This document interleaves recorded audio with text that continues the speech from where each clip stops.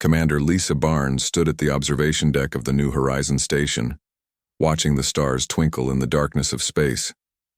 The station orbited Kepler 442b, a neutral world where different alien species came to trade and share information. For the past 15 years, Lisa had worked here as the human representative, and she knew the rhythm of galactic communications better than anyone. The humans were famous across the galaxy for never being quiet. Every day, thousands of messages flew through space from Earth and human colonies. Scientists shared research data, traders discussed shipping routes, families sent personal messages, and entertainment broadcasts filled the subspace channels. Other alien species often complained about the constant noise humans made in the communication networks. Captain Jake Morrison commanded the human patrol ship Defender, which regularly swept through this sector. Jake often joked with alien captains about how humans could not help but talk about everything. The tall blue Zephyrians, who controlled most of the galaxy's trade routes, frequently complained that human chatter clogged their business channels. The insect-like hive collective found human emotions fascinating but overwhelming when broadcast across space. Even the ancient architects, mysterious crystal beings who had existed for millions of years, had grown used to the steady hum of human activity. These ancient creatures rarely spoke to anyone, but they seemed to find human communication patterns interesting enough to monitor. Lieutenant Karen Wells worked at the main communication hub on Proxima Station, the largest relay point for messages traveling between different species. Karen's job was to monitor all the different communication channels and make sure messages reached their destinations. She had been doing this work for 8 years, and the constant flow of human messages had become like background music to her. On Inderner, a Tuesday that would later be remembered as the day everything changed, Karen noticed something strange. The human communication channels, which normally carried thousands of messages every hour, began to slow down. At first, she thought there might be a technical problem with the relay systems, but as the hours passed, the human messages continued to decrease. Ships that usually sent regular status reports went silent. Colonies that normally requested supplies or shared scientific discoveries stopped transmitting. Personal messages between human families, which usually filled several channels, gradually disappeared. By the end of 6 hours, every human frequency had gone completely quiet. Karen ran diagnostics on all her equipment 3 times, thinking the systems had malfunctioned. But everything worked perfectly. The Zephyrian channels still carried their business communications. The Hive Collective's emotional broadcasts continued as usual. Even the rare messages from the architects came through clearly. Only the humans had stopped talking. At first, some alien species seemed pleased by the sudden quiet. The Zephyrian Trade Consortium sent messages to each other joking about finally having clean communication channels. Their blue-skinned traders, who had complained for decades about human noise, celebrated having more space for their business transactions. The Hive Collective's reaction was different. Their insect-like drones had become accustomed to reading human emotional broadcasts. They used these feelings to understand how other species thought and felt. Without the constant stream of human emotions, the hive workers seemed confused and restless. Karen immediately contacted her supervisor, Commander Paul Rivers, who oversaw communications for the entire sector. Paul had worked with humans for 20 years and knew their communication patterns better than most aliens. When Karen showed him the silent human channels, his expression grew serious. "This isn't normal," Paul said, studying the data. "Humans don't just stop talking. Even during emergencies, they usually send more messages, not fewer. They tried to contact human stations directly, but received no responses. The communication arrays on human colonies appeared to be working, but no one was using them. It was as if every human in the galaxy had simultaneously decided to stop communicating." Admiral Ross Campbell was the highest-ranking human officer in the Joint Galactic Defense Force, a military organization that included soldiers from many different species. Ross had served for 30 years and was respected by aliens and humans alike for his tactical knowledge and fair treatment of all species. As reports of the communication blackout reached military headquarters, Ross received urgent messages from Alien commanders asking what was happening. The Zephyrian military wanted to know if humans were planning something. The Hive Collective's war drones were becoming agitated without human emotional signals to monitor. Ross reviewed the situation reports from across human space. Every human military base had gone silent. Civilian colonies were not responding to calls. Even human pirates and smugglers, who usually chattered constantly on illegal frequencies, had disappeared from the communication networks. After consulting with his human staff officers, Ross made a decision that would puzzle the galaxy. For weeks to come, he sent one final message on the main galactic emergency channel, a frequency monitored by all species for critical announcements. "This is Admiral Ross Campbell of the Terran Defense Force," his message began. "We are implementing communication. Protocols effective immediately.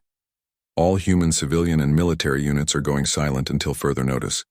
We strongly advise all non-human ships and stations to maintain safe distances from the outer rim territories." Ross paused for a long moment before continuing. "What's coming requires our complete attention and resources. For your own safety, do not attempt to enter human space or investigate our silence. This is not a request." The message ended abruptly, and then even Admiral Ross's communications went dark.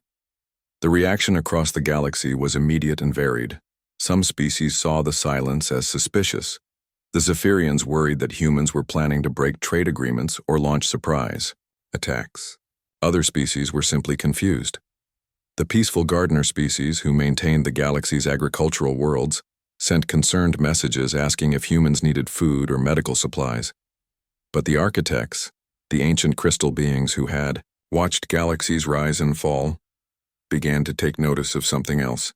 Their vast minds, which processed information across centuries, detected subtle changes in gravitational patterns near the galaxy's edge.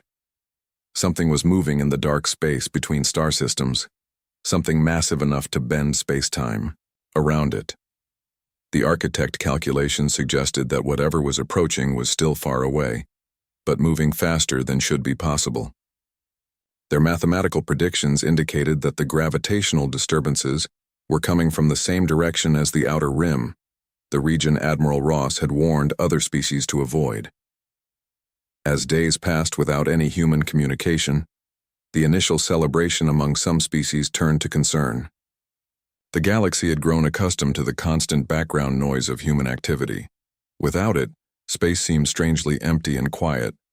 Captain Jake Morrison's ship, the Defender, had been scheduled to arrive at 3 different stations over the following weeks, but never appeared at any of them. Other human ships similarly vanished from their expected routes, not destroyed or captured, but simply gone. The silence was complete, total, and deeply unsettling to every species that had grown, used to humanity's constant chatter. 3 weeks had passed since the humans went silent, and the galaxy was beginning to worry. Ambassador Helen Price, who had represented human interests in trade negotiations for 12 years, had not responded to any messages from the Galactic Trade Council. Her office on Central Station remained sealed, with automated systems politely declining all meeting requests.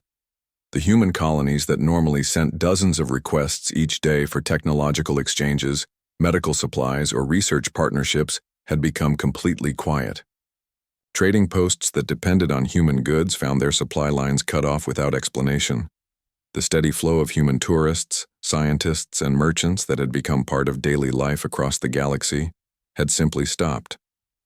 Dr. Alex Chen worked as a xenobiologist on the research station Unity, a joint project between 5 different species studying life forms across the galaxy. Alex was one of the few humans still in regular contact with aliens, though even he had not heard from Earth or any human colonies since the silence began. His research partners, including a Zephyrian named Veltar and a Hive drone designated as Worker Prime 7, asked him daily what was happening to his species. "I don't know any more than you do," Alex told them during their weekly meeting. "I've tried contacting my family on Mars, my colleagues on Europa Station, even old friends in the military. Nothing gets through." Veltar's blue skin shifted to a darker shade which Alex knew indicated concern among Zephyrians. "Your people were always talking before. Now this silence feels wrong." Are humans planning something dangerous? Alex shook his head.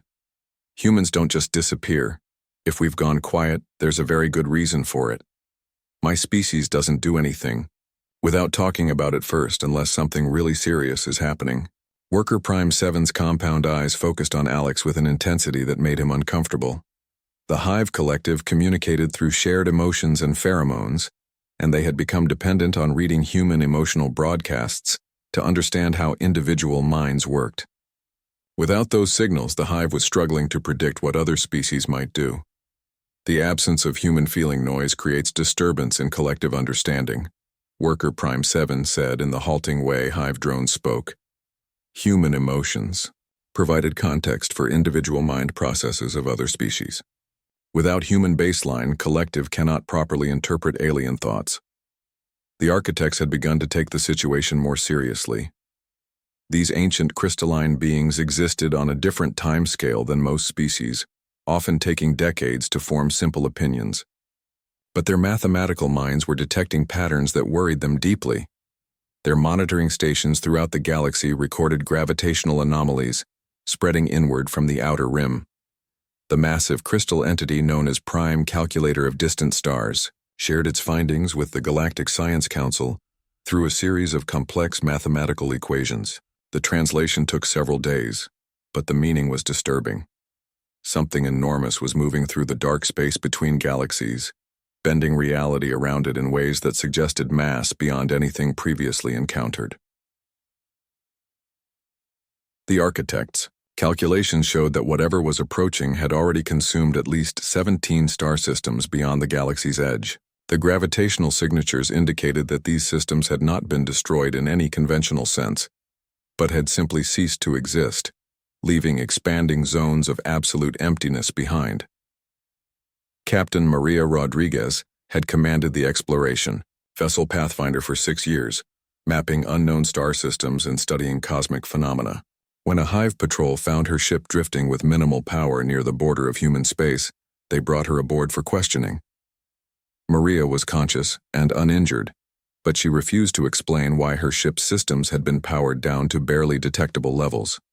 The Hive interrogators used their emotional reading abilities to try to understand her mental state, but found only a determination so strong it seemed to radiate from her like heat. "Why was your ship running silent?"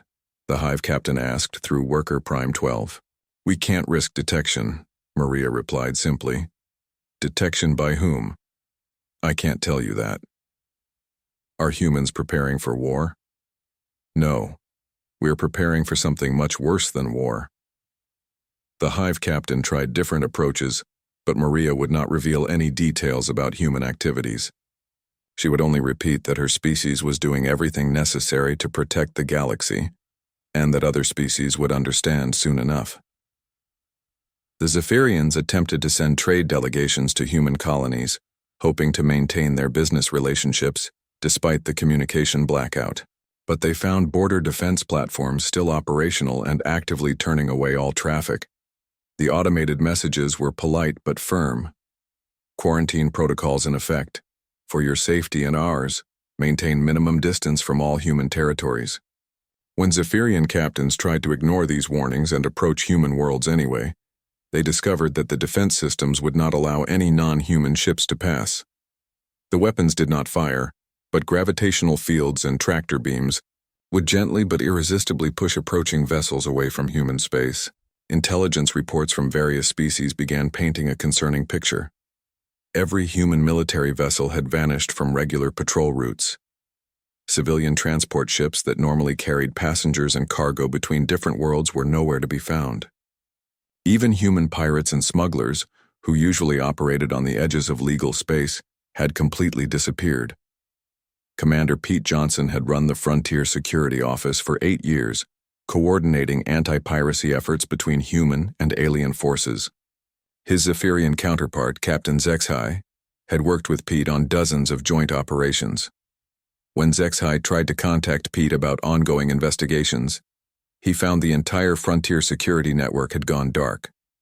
"It's as if every human in the galaxy received the same message at the same time," Zexhai reported to his supervisors. "Military, civilian, criminal, it doesn't matter. They all vanished together. The few humans still in contact with other species, like Dr. Alex Chen, found themselves in an increasingly difficult position. Alien friends and colleagues pressed them for information they didn't have. Some species began to view them with suspicion, wondering if they were part of some larger human deception. But Alex and the others genuinely knew nothing about their species' activities. They had been cut off from human communication networks just like everyone else. The only difference was that their work required them to maintain contact with alien species, so they had not disappeared like other humans. Dr. Bobby Martinez, who had worked with Alex on several research projects, managed to send a single coded message through a heavily encrypted channel. The message was fragmented and difficult to decode, but it contained a few crucial pieces of information. Long-range monitoring stations had detected something approaching from outside the galaxy. The approaching entities moved faster than should be physically possible and left zones of complete destruction behind them. Human scientists and military leaders had concluded that conventional galactic defense strategies would be completely useless against this threat. The message ended abruptly, as if Bobby had been forced to stop transmitting in the middle of his explanation. Reports began filtering in from the galaxy's outer edges that confirmed the architect's gravitational readings. Colonies on distant worlds reported that stars were disappearing from their night skies, not exploding or fading, but simply ceasing to exist as if they had never been there at all. Scout ships sent to investigate these disappearances never returned. Long-range sensors showed expanding areas of absolute nothingness where star systems had once existed. Whatever was causing these disappearances was moving steadily toward the galaxy's more populated regions. The Galactic Defense Council, which included representatives from all major military forces, tried to organize a response to the unknown threat. But without human participation, their fleet strength was reduced by nearly 40%.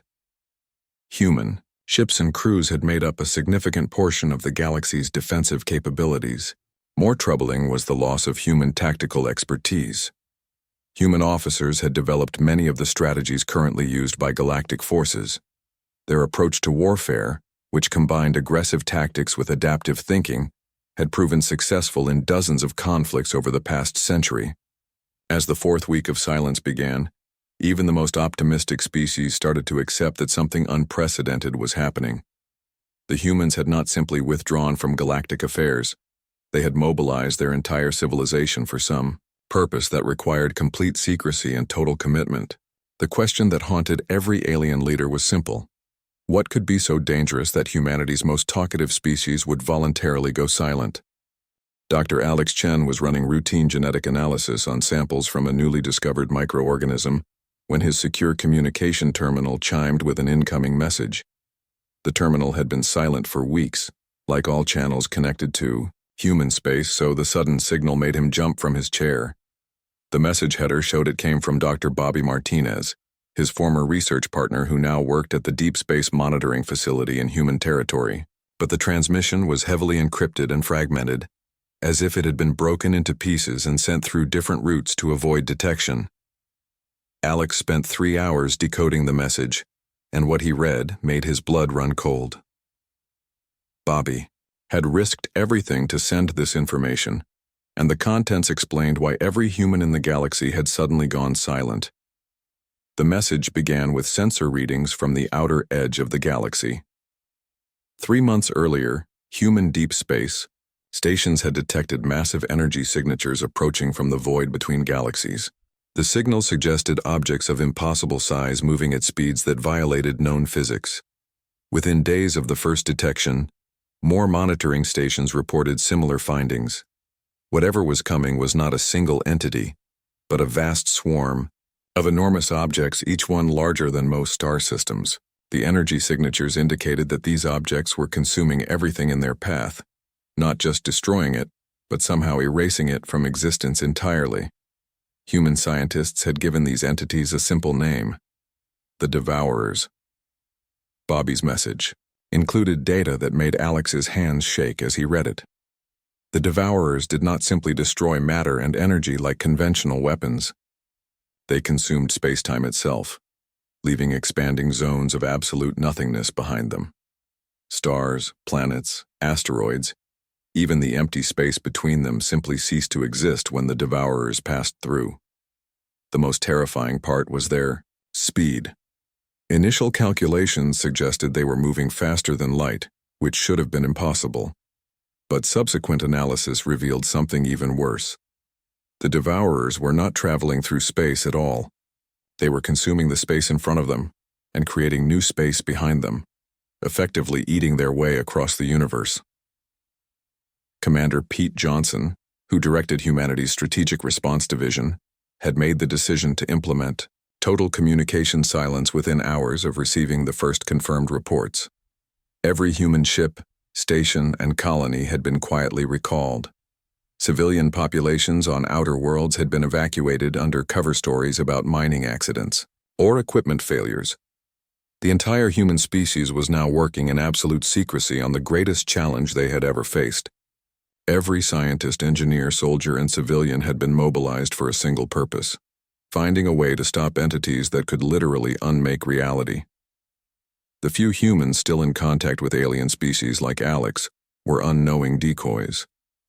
Their normal behavior was meant to prevent other species from investigating human activities and accidentally alerting the approaching threat to the galaxy's existence. Alex realized with growing horror that he and others like him had been deliberately kept in the dark to maintain the deception. While he had been worrying about his family and friends, they had been working desperately to save not just humanity, but every living thing in the galaxy. Bobby's message ended with a warning. Long-range projections showed that the Devourers would reach the galaxy's outer colonies within 18 months. At their current rate of consumption, they would reach the core worlds, including Earth, within 3 years.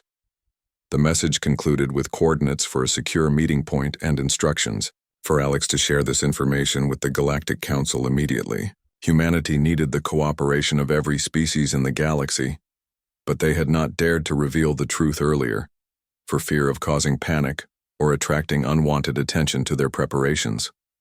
When Alex presented Bobby's intelligence to the Galactic Science Council, the reaction was immediate and intense. The Zephyrian representatives demanded to know why humans had kept this information secret. The Hive Collective's drones began emitting stress pheromones that filled the council chamber with the smell of fear. Even the normally calm architect representatives processed the data with uncharacteristic speed. Dr. Yathara, the Zephyrian chief scientist, reviewed the sensor data with her team of specialists. Her blue skin turned almost white as she confirmed the authenticity of the readings. "These energy signatures are unlike anything in our databases," she announced to the council. "If this data is accurate, conventional weapons would be completely useless against these entities." The Hive Collective's response was more emotional. Worker Prime 1, their highest-ranking representative, spoke for the entire collective mind. "Fear scent fills collective thoughts. Human data suggests threat beyond collective ability to comprehend. Unity of minds offers no solution to entities that consume existence itself." But it was the architects who provided the most disturbing confirmation. Prime Calculator of Distant Stars shared additional gravitational data that their monitoring systems had been collecting for months. The mathematical analysis confirmed that entire star systems on the galaxy's edge had simply ceased to exist, leaving expanding zones of nothingness that continued to grow even after the Devourers had moved on. The pattern is consistent with theoretical models of space-time consumption. The massive crystal entity communicated through complex mathematical equations. These entities do not merely destroy matter and energy, they eliminate the fundamental structure of reality itself. Reports began coming in from the galaxy's outer edges that confirmed humanity's worst fears. The gardener species, who maintained agricultural worlds on the galactic rim, reported that their most distant colonies had gone silent. Scout ships sent to investigate found empty space where star systems had existed for billions of years. The peaceful trader clans, who operated merchant vessels throughout the outer territories, reported encounters with expanding zones of nothingness that their ships could not enter. Pilots who flew too close to these zones reported that their navigation systems could not function properly, as if the basic laws of physics were breaking down. Captain Sarah Kim, commanding a Zephyrian exploration vessel, transmitted one of the most chilling reports. Her ship had been investigating the disappearance of a mining colony when they encountered what she described as a wall of absolute nothing. "It's not darkness," her message stated. "It's the complete absence of everything. Space, time, matter, energy. All of it just ends at this barrier." Her ship's sensors could not penetrate or analyze the zone of nothingness. When they launched a probe toward it, the device simply vanished the moment it crossed the boundary, not destroyed, but erased, as if it had never existed. The Galactic Defense Council convened an emergency session to discuss response strategies. Admiral Kethamore of the Zephyrian fleet presented analysis showing that the combined military forces of all species would be insufficient to stop the approaching threat. Their most powerful weapons were designed to destroy matter and energy, but the Devourers consumed the very fabric of space-time that weapons needed to exist within. General Hivemind Warrior Prime, speaking for all collective military forces, announced that traditional battle tactics would be meaningless against enemies that could erase entire fleets from existence. The Hive's strategy of overwhelming enemies with superior numbers would not work against entities that could consume unlimited amounts of matter and energy. The architects provided the most comprehensive analysis of the threat. Their calculations suggested that the Devourers were not natural phenomena, but rather engineered entities created by some unknown civilization. The mathematical precision of their consumption patterns indicated intelligence and purpose behind their actions. These entities appear to be weapons designed to completely eliminate entire galaxies, Prime Calculator of Distant Stars concluded. Their creators intended them to leave no trace of their target's existence, consuming not only all matter and energy, but the space-time framework that once contained them. As panic began to spread through the Galactic Council, a single transmission broke through the communication networks. The message came on all emergency frequencies simultaneously, broadcast with enough power to reach every inhabited system in the galaxy. General Nancy Foster's voice was calm and confident as she addressed the entire galactic community. "This is General Foster of the Terran Strategic Command, speaking on behalf of all human forces and civilian populations. We understand that recent intelligence about the approaching threat has caused concern among our galactic neighbors." The transmission continued with information that stunned every species listening. For the past 3 months, humanity has been developing countermeasures based on advanced theoretical physics. We believe we have found a way to create stable zones that these entities cannot consume. But the solution requires cooperation from every major species in the galaxy. Nancy's message explained that humanity had been working on something called a reality anchor system. The technology was based on principles that most species had dismissed as impossible, but human scientists believed they could use it to create areas of stable space-time that would resist the Devourers' consumption abilities.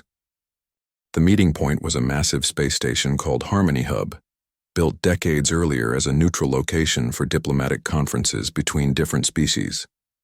Representatives from every major galactic civilization gathered there within days of General Nancy Foster's transmission, their ships filling the surrounding space with a display of unity not seen in centuries.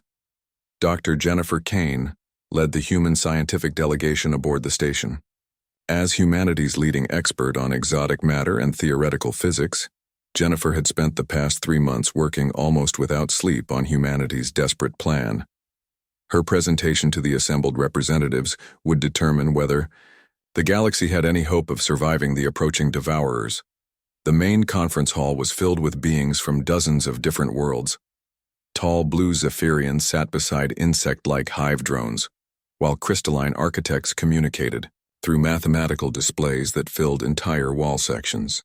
Representatives from smaller species, including the plant-like gardeners and the energy-based luminous ones, added their unique perspectives to the gathering. Jennifer activated the holographic display systems and began her presentation with images that made several species gasp in recognition. The displays showed the expanding zones of nothingness that the Devourers left behind, areas where reality itself had been consumed and could not be restored. "The entities we call Devourers operate by consuming space-time itself," Jennifer explained to the silent audience. They don't destroy matter and energy in any conventional sense.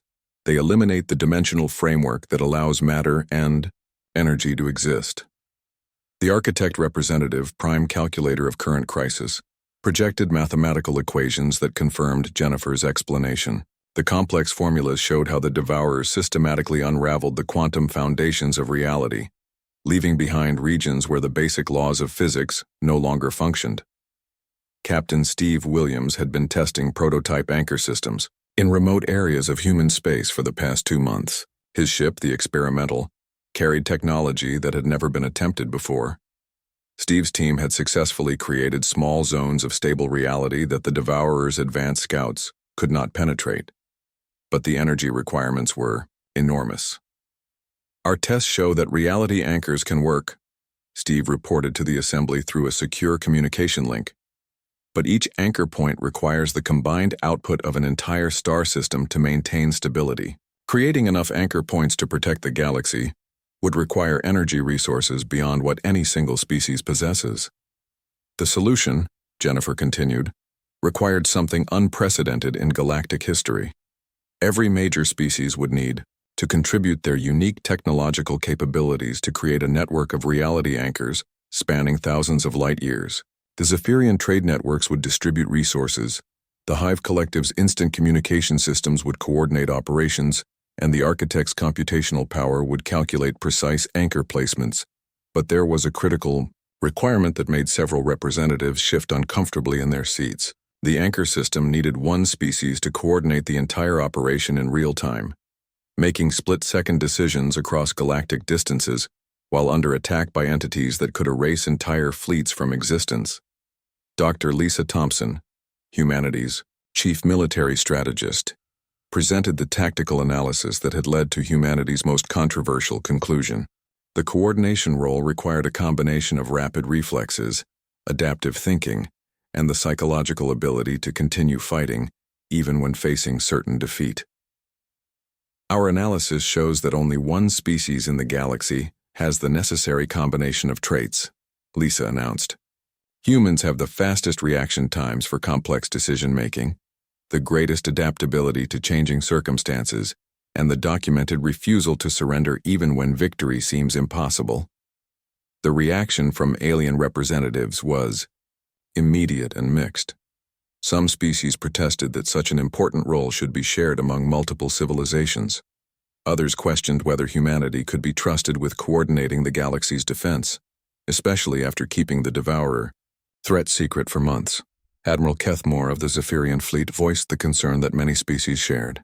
"How can we be certain that humans will make decisions that benefit all species equally? Your people have shown they are willing to act in secret without consulting others." General Nancy Foster, who had remained silent during the technical presentations, finally spoke. "We went silent because we needed time to develop a solution without alerting the Devourers to our activities.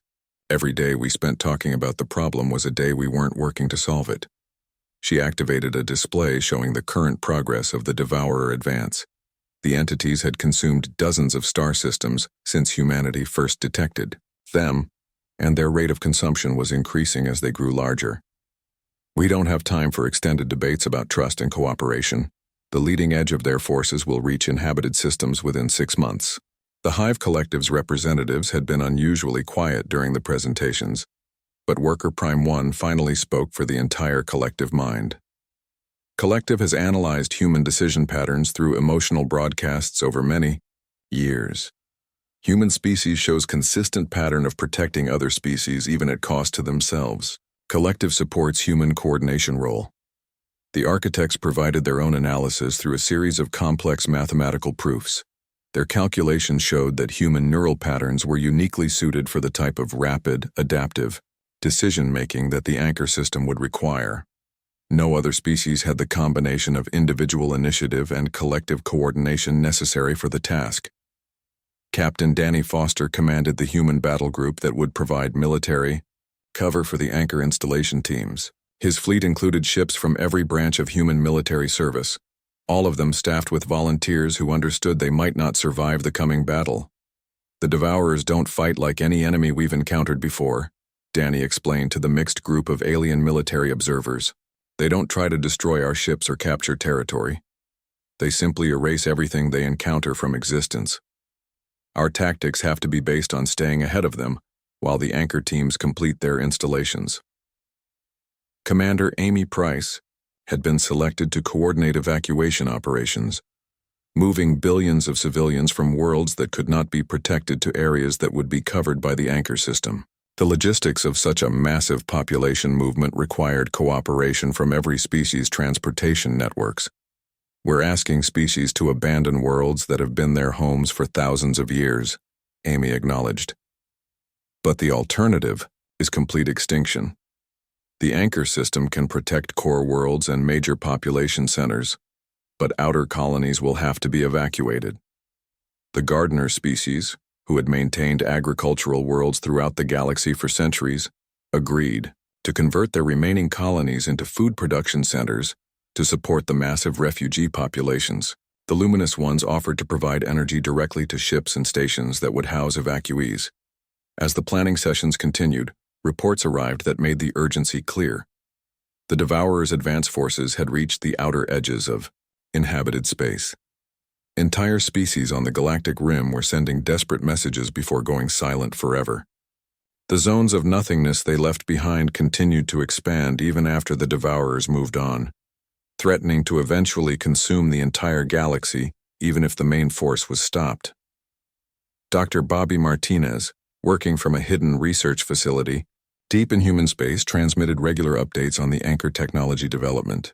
The prototype systems were showing promise, but they required materials and energy sources that could only be obtained through cooperation between multiple species. We need Zephyrian quantum crystals for the anchor cores, hive bioneural networks for the control systems, and architect computational matrices for the targeting algorithms, Bobby reported. Every species has something unique that the system requires. The most challenging aspect was the power requirements. Each anchor point needed the complete energy output of a star system, channeled through focusing arrays that had never been built before. The engineering core from multiple species worked together to design collectors that could harvest stellar energy without destroying the stars themselves. As preparations accelerated, advanced scouts reported that the main Devourer force was larger than originally estimated. Instead of hundreds of entities, long-range sensors detected thousands of them, each one growing larger as it consumed more space-time. The mathematical models showed that they would overwhelm any conventional defense within hours. But humanity's plan was not conventional. Captain Chris Bennett, commanding the flagship Indomitable, would lead the final phase of the operation. If the anchor network could not stop the Devourers through conventional means, humanity was prepared to make the ultimate sacrifice. Earth itself will serve as the central anchor point, Chris announced to the shocked assembly. We'll channel the combined determination and consciousness of our entire species into stabilizing reality itself. It's never been tried before, but our calculations suggest it might work. The silence that had lasted for months ended in a single moment that could be heard across the entire galaxy. Every human ship, station, and colony began broadcasting simultaneously, but not with their usual chatter. Instead, precise mathematical coordinates and timing sequences filled the communication networks as humanity coordinated the largest military operation in galactic history. Admiral Kate Sullivan stood on the bridge of the massive human battlecruiser Defiance, watching displays that showed the positions of thousands of ships from dozens of different species. The reality anchor system required perfect timing across 50,000 light-years of space, and Kate had been chosen to coordinate the entire operation. The Devourers had reached the galaxy's outer colonies 2 weeks earlier than projected. Entire civilizations on the rim worlds had been consumed, leaving expanding zones of nothingness that threatened to eventually engulf everything. Long-range sensors showed the main force of Devourers approaching, each entity now larger than most star systems, and growing with every bit of space-time they consumed. Lieutenant Colonel Ryan Murphy led teams of engineers and technicians who were installing anchor generators throughout the galaxy. Each installation had to be placed at precisely calculated coordinates, and the work was dangerous beyond anything they had attempted before. Ryan's teams worked in the shadow of approaching nothingness, knowing that a single mistake would result in their complete erasure from existence. Anchor Point 77 Alpha is online, Ryan reported through the communication network. Power levels are stable, but we're detecting gravitational fluctuations from the approaching entities. We'll need to evacuate this position within the next 4 hours. Dr. Lisa Thompson coordinated the massive energy requirements that were draining entire solar systems to power the defense grid. The anchor points required more energy than most species had ever channeled before, and the focusing arrays were operating at their theoretical limits. Lisa monitored power distribution from a control center that connected to energy collectors throughout the galaxy. We're getting full output from the Zephyrian quantum crystals, Lisa announced to the command network. The Hive bio-neural networks are integrating perfectly with our control systems. Architect computational matrices are providing targeting solutions faster than we hoped possible. The combined fleet that protected the anchor installation teams was unlike anything in galactic history. Captain Danny Foster commanded human battle groups that provided cover for the technical teams, while ships from every other species contributed their unique capabilities to the defense effort. The Zephyrian vessels, with their superior speed and maneuverability, served as scout ships and rapid response units. The heavily armored Hive warships formed defensive lines around critical installations. Even the normally peaceful species had contributed to the effort, with Gardner bioships providing life support and medical facilities for the mixed crews. But the enemy they faced was unlike anything any species had encountered. The Devourers did not fight in any conventional sense. They simply moved forward, consuming everything in their path. Entire fleets disappeared not from destruction, but from never having existed at all. Star systems were edited out of reality, as if they had never formed.